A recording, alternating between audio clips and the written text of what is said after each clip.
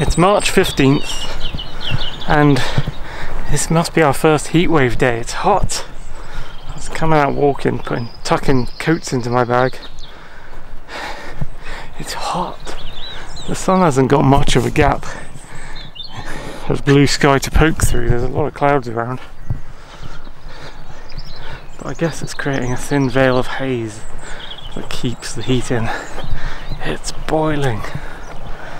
It feels like 17 degrees and up day right now. I wouldn't have expected this.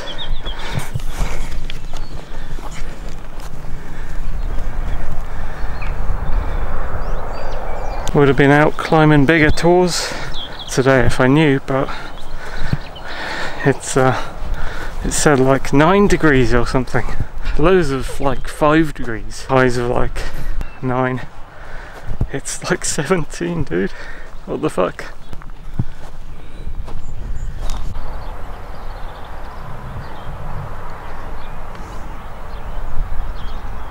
As the flowers, besides the daffodils, have started coming out. There's bees. I went out to the greenhouse earlier and looked up and I thought I saw seagulls, and there were seagulls and there were crows and there was a hawk circling around. I'm just looking at a magpie over there.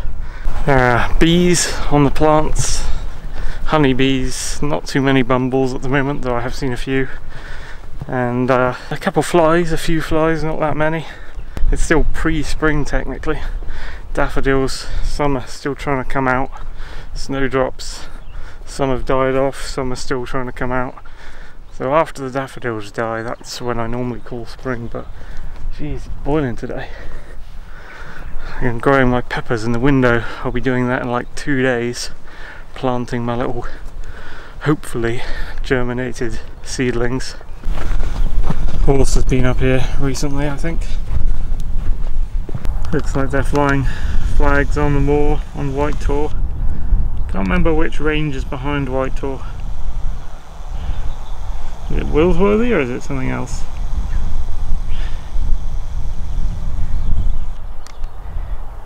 The range isn't actually encompassing White Tor though, so you can go on it. It's just behind it somewhere.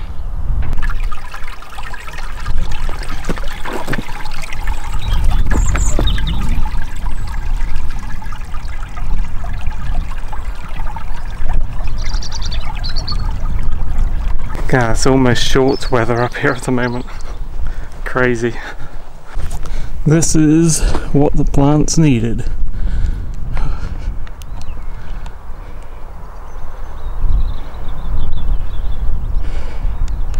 Pretty clear.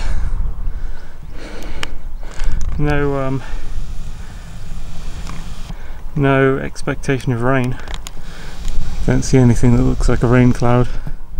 None of the you can see all the way to Kit Hill over there. None of the tors are blocked out.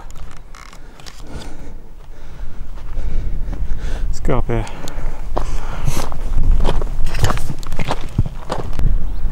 Maybe it's a gibbet day, I don't know. Maybe I should climb to the top of Gibbet Hill. Get a bit of a breeze up there. Thinking about it. It's a bit of a walk, but oh, it's so toasty.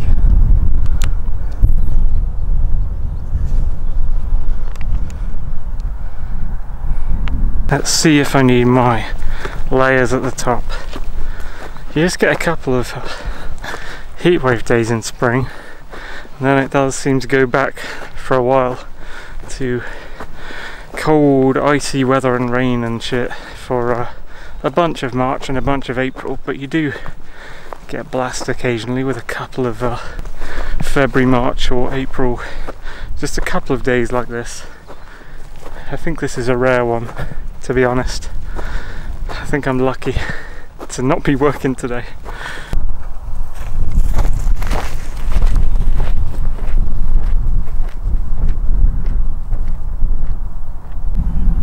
There was a time when I didn't know what all this was. Now I just know what it all is. Put off walking on Dartmoor for so many years when we lived here. through primary school, through high school. Hardly walked on the moor at all. Didn't have a clue what was up here, just the odd trip parents would take you out on. Not very often at all really. And then since my dad hurt his leg in hospital, we've been just out constantly trying to visit a lot of it.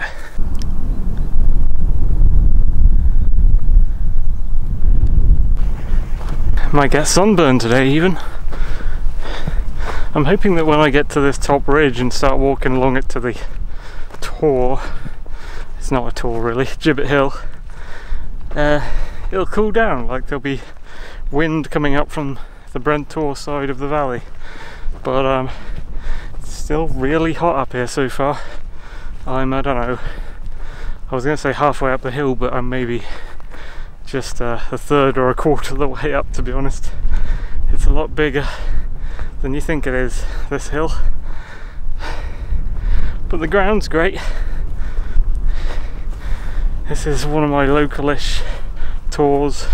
There are no bogs on it that I found, I don't think so anyway. It's got firm ground, lots of different tracks.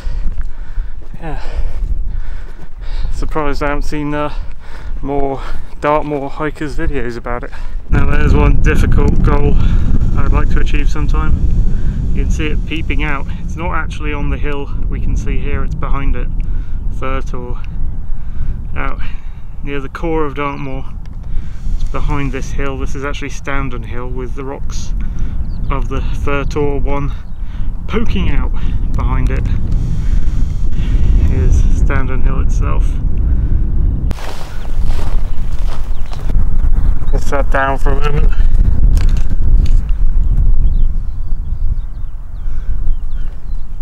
I can hear the whistling of the wind a little bit through these dry grasses, springtime grasses. Everything's beige on Dartmoor. Springtime. Looks quite nice, looks quite deserty. Except some places where you see this on Dartmoor, there's just tons of water still underneath. So the photographs allude to a desert, but when you're actually here, there's a lot of water about. I mean, not here right now, but let's say if you went up to in front of the Litterford Tors or Longerford Tor, there'd be a lot of wet in the ground there. No bogs that I know of, but yeah, fake kind of desert looks. These kind of dry grass, what do you call that? Prairies? No, prairies can get quite cold actually. I guess some prairies, like you see in westerns and things, they're probably quite hot. And that's, when I look at this, that's kind of what I imagine, you know. I imagine more I'm in a hot country, but no, actually no. Listen to these birds, I don't know where they are, but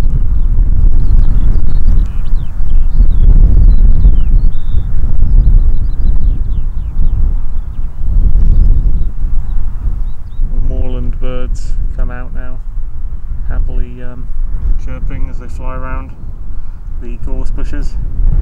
Seems like a good day to be flying the gliders, but I don't think they're actually up. That's a shame. Back on the move. My fence in my garden that I put up for privacy had blown down and was falling apart actually the other day from one of these named storms. I'm actually quite disappointed at that roll-up screening you can buy. Roll-up little wooden, it's like, I was gonna say it's like bamboo, but bamboo's way stronger than this shit I got. Little thin wooden struts, and then they're all lined up into a rollable screen thing. That's been out for a year, and now it's just destroying itself basically. Des destroys our fence. That wasn't me, there was the wind and the shoddiness of the craftsmanship. I've just seen where we are. Gibbet Hill's over there. I'm going over the top of the ridge. Maybe I should detour? No, I'll keep going this way. Yeah, so I've been So I just thought, this is totaling itself. It was in between 3 giant stakes, like 2.8 meter big square wooden stakes. Those are sturdy as fuck. Took some effort getting them into the ground though, with the Cyberman head rammer thing. Whew. That's still hot.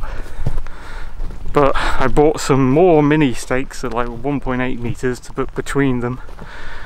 That didn't keep the screen up, and the screen destroyed itself more, and it leaned the other way away from the stakes. So now I've just thought, sod it. I've bought 20 planks. They're smaller than I was expecting, but they're cheaper. 20 planks and nail on the other side of these mini stakes. I've already done it. There's just 6 planks left, and then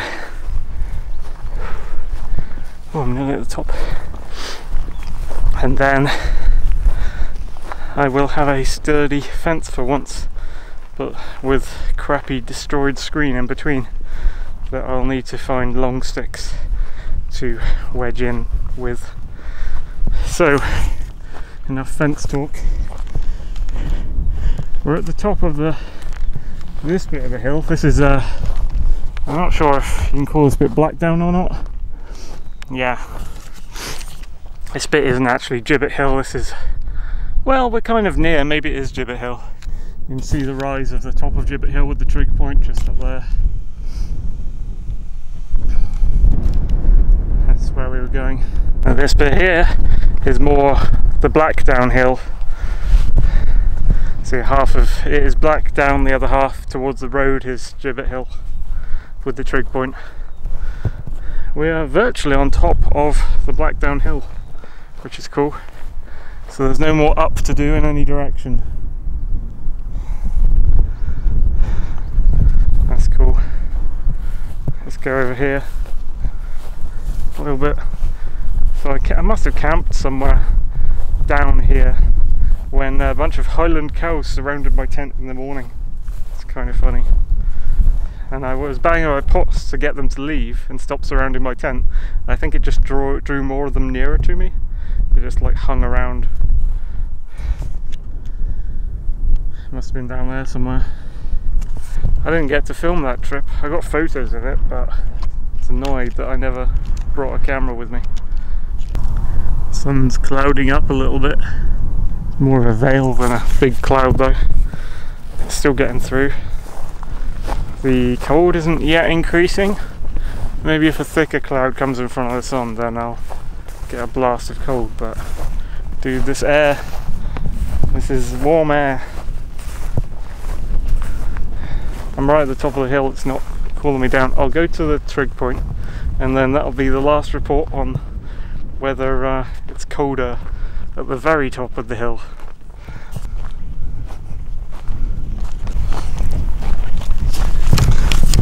A lot of this is bordering on small talk, I know, but can you really talk about the world right now? It's so destroyed. And now this war thing, this dumb war thing is kicked off, and I don't side with either side.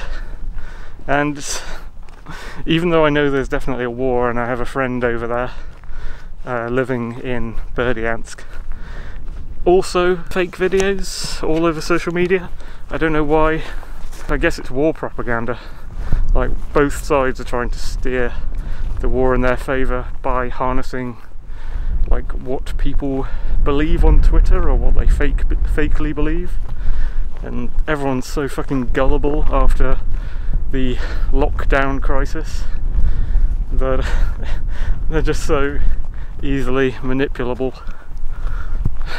Dude, it's hard to talk about as well, and yeah, both factions, like the Russian faction and the Ukraine faction, both have huge amounts of different extremist factions that have joined on either side. I heard the other day, not to mention the Azov battalion, who are Nazis on the Ukraine side, but Al-Qaeda joined the Ukraine side, and you know, Russian side has Chechen rebels, I think, Russian side also has some dodgy guys who themselves look a bit Nazi-ish, and there are probably communists on the Russian side. There's definitely communists on the Ukrainian side. I think Antifa, like trans Antifa people, are joining up on the Ukraine side.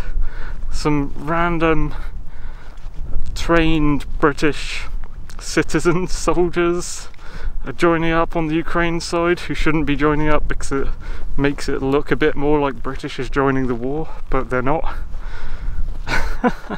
Loads of people are calling for a no-fly zone, which would just mean whichever country tried to enforce a no-fly zone, it would drag that country into the war and put them under threat of the Damocles sword of Putin's nukes. Like, there's a fucking American, what do you call them, Stratofortress bomber? B-52 bomber, the huge nuclear bomber thing from America. There's one of them just turning up in Gloucestershire the other day. I'm like, please, if you land in a, you make that area a military target for a nuclear bomb if you just land your American B-52 in Gloucestershire, where there's a lot of little villages and loads of people happily living their life, and make that into a new Hiroshima.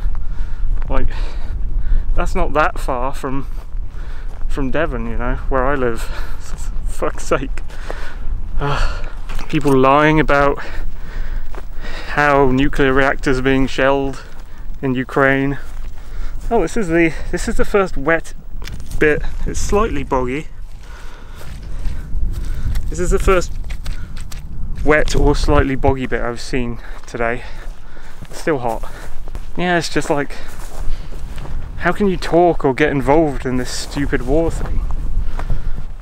I don't know. People need to know how to de-escalate, get back into the diplomacy that we used to have in the past of making certain concessions to your enemy, compromises to your enemy, get the negotiating table. It's like, I will do this if you give me this, but you will do that if I give you a bit of that, you know. And just try and persuade people to be more neutral and more willing to back off if they get certain other things in trade. But we've had 5 years of complete insanity due to the return of the far left socialists. So everyone's just insane. Loads of people in the UK who don't even know how to define woman. Like, what the fuck is going on? It's so overwhelming, you just can't talk about it anymore. There's just so many things. So it's hard even to do, I guess, vaguely activistic pushback, although I don't want to be an activist at all, but push back against far left extremism, which is what I generally try to do. And far right extremism, they're basically the same thing, even though the far left would never like to admit it. Richard Spencer, CNN contributor, Biden voting Richard Spencer, supposedly a white identitarian. Like, and then apparently all the centre-left people are Nazis now, according to the far left, who are just everywhere. Nothing makes fucking sense. Shit made sense before 2010. Nothing makes sense anymore. Now you've got Trudeau in Canada, supposedly like naming themselves liberals when they're freezing the assets and bank accounts of actual liberals, as in people who believe in freedom, like libertarians and classical liberals and mild conservatives, just fucking trying to live their lives and be left alone by Trudeau's government and all this World Economic Forum shit that he's directly involved in with Klaus Schwab. It's just like an actual communist saying they're a liberal, freezing the bank accounts of actual liberals. The fuzzy shield wordplay, like naming conventions of these groups, like feminists, BLM, Antifa. Like, you put this fuzzy shield over the name of your organisation, then you do the exact opposite of what your name suggests. Democrats. the Scottish National Party. It's just all of them. This is just... And then Boris is out the other day saying, oh, we've just rushed through Parliament an emergency act that allows us to seize the assets of people in Britain. Just like casually, by the way, more communism from us. And we're apparently called the Conservative Party. They haven't been actually conservative since Thatcher. It's just the fuzzy shield names. Oh, it's such an annoying, widespread tactic. Do the opposite of what you're called. God, I hate the far left. We're at the top. There. I drove you away from small talk into depressing political talk. Let's have a look around the top of this tour once again. No one around. It's a good day to be out, but no one's around. Let's have a look. There's the puddly bit. There's one of the puddly bits. Is that the biggest one? I think it is. There's Brent Tor over there. Iconic in Dartmoor. We're not that far from it here, despite me zooming in this way. It's like the last tour east.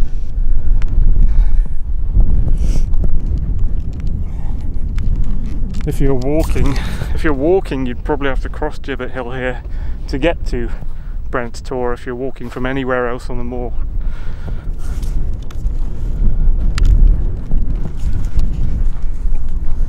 It's still warm up here, like there's wind. There is wind. There's a breeze. It's not imparting any wind chill or anything. I'm glad it's not August because it means there's almost zero animal poop around, which is fantastic. And we're at the top.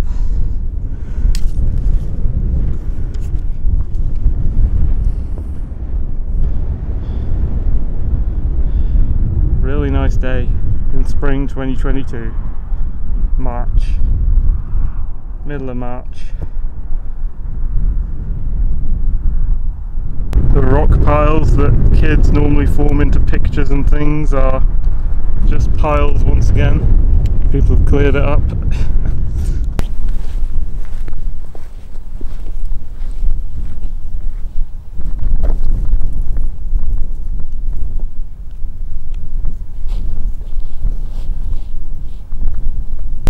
Cars on the roads either. I think I saw one person walking earlier right down the road. I don't see anyone. Everyone should be getting out on the moors today. Look at this. I can see the flag, the firing range, the Wolfwood firing range I think is active. What's Hare Tor? Yeah, it's a flag on Hare Tor. I think that's firing at Wolfwood. I can see it. There's a drag pointer on there. Over there somewhere is the Willsworthy range. Somewhere there. Can we see any soldiery people? There's a leak there, I think. And another flag. Red flag. Don't think I can see any soldiers. Are there any down there?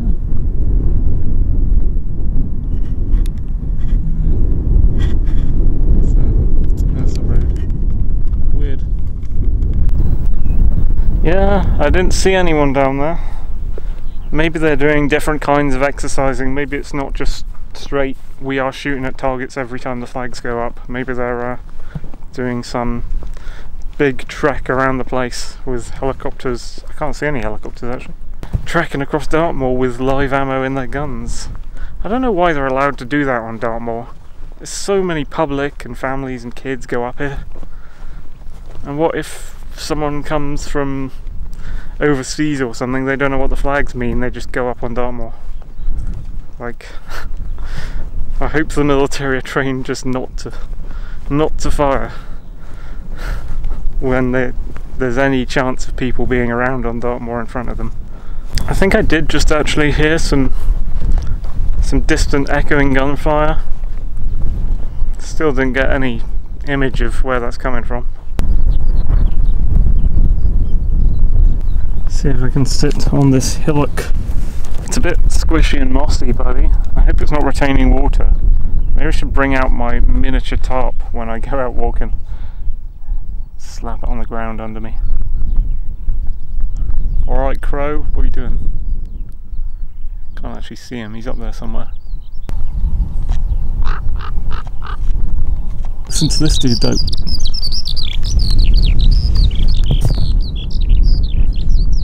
Where's he? There he is.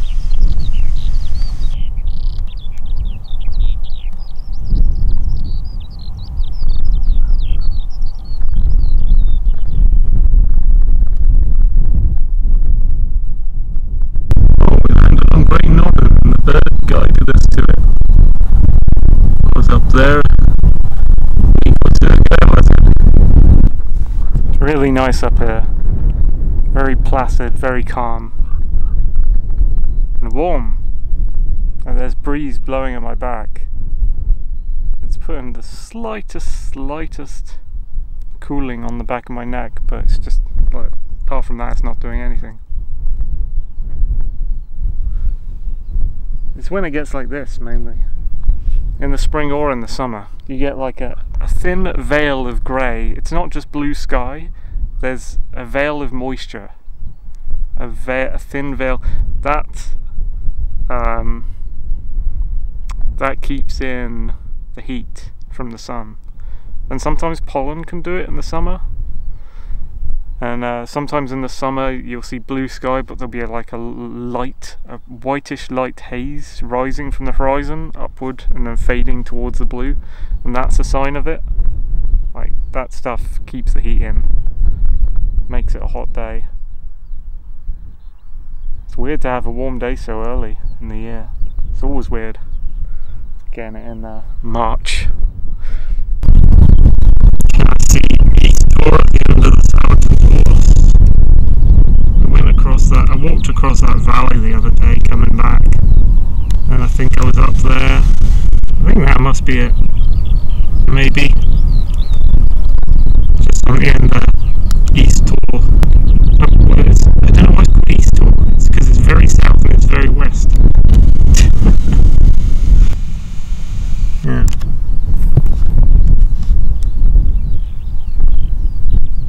I think there's some people over there. They're either people or they're like horses. They are horses with people on them. Okay. That can happen. It's near Chollicott riding stables, so standard, I guess. I'm feeling the slightest bit of temperature drop now, but I think it's just because I've been sat still on that hump. The sun is more tucked into the clouds than it was. I think there's a thicker veil developing in front of it.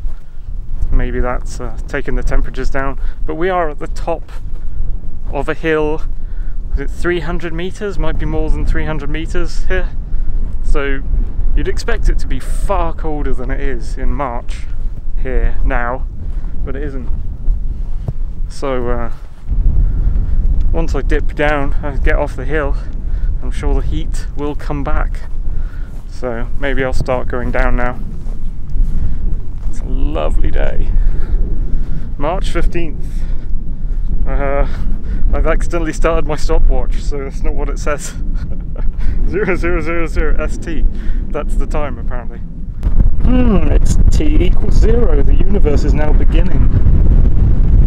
Back in my younger days as a kid, I always thought T equals 0 was such an incredible concept. The start of the universe. When time began. What does that even mean, you know, when time began? When time began ticking. Not when clocks began ticking, because there were no clocks, but time itself. And then for it to have began, there would have to have been a time where there was no time. You see, it's even a paradox to try and say it, isn't it? A time when there was no time. There was a time when time began, and then there was time. But before that, which is paradoxical to say in itself, there was no time. Because there was no universe and there was nothing to exist, I guess, to give reference to time. Maybe for time to exist you have to have stuff. There has to be something. And if there's nothing and no matter, no mass, no objects, no atoms, I guess how can there be time, right? But time, to me, is something that exists without anything. It's a mind blower. T equals 0, the start of the universe, the beginning of time. But then again, I think our own deaths as humans is paradoxical in its own way. Like, you try and think to yourself, you know, how can that happen? I mean, you've spent your entire life knowing what it feels like to see things. Even like the colour black, what happens when you die? You see nothing at all. You don't even have eyes to see with, so you can't even see the colour black. You see something else, which is the feeling of not seeing and the feeling of not even feeling, because you have nothing to feel with. Not even numbness, not anything. Like, but the world is going on without you at the same time. What is that? What even is that? I need time to take that in. And we don't have time, we just have stress. I need time to pass that information, dudes. I need you to leave me alone. No step on snack, leave me alone on the ground. I need to figure out what death is, god damn it. I haven't got time. Stop making me do things. Yeah, that's an unusual sounding libertarian position, isn't it? Leave me alone, government. I need to think about what the end of the universe is. Stop interfering with me. Fed posting is literally a way of life now. Hey, remove government. What? Did someone hear something? I didn't hear anything.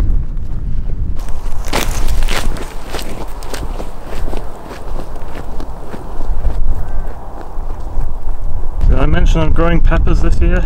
Yeah, maybe I need to do a video about that.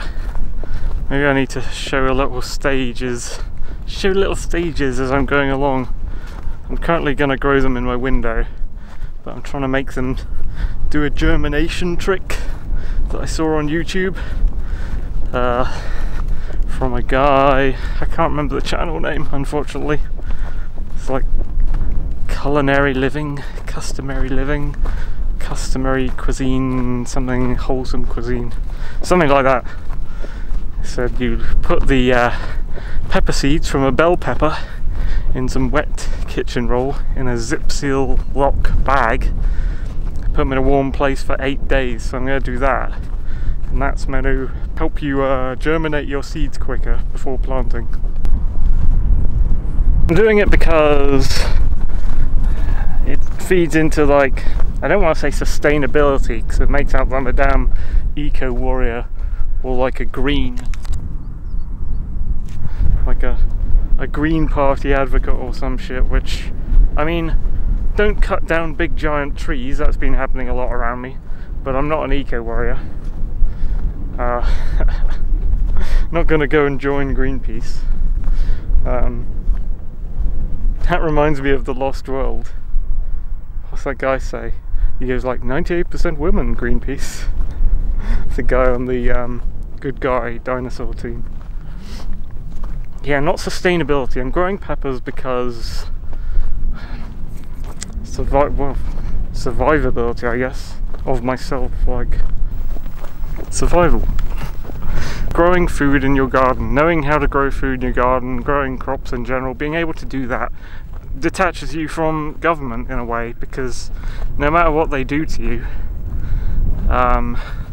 if you keep having different systems in place to fall back on, they can't do that much to you without being completely insane and violent, which just shows everyone around you that they're completely insane and violent, even the people who haven't been persuaded of it before, you know, start noticing.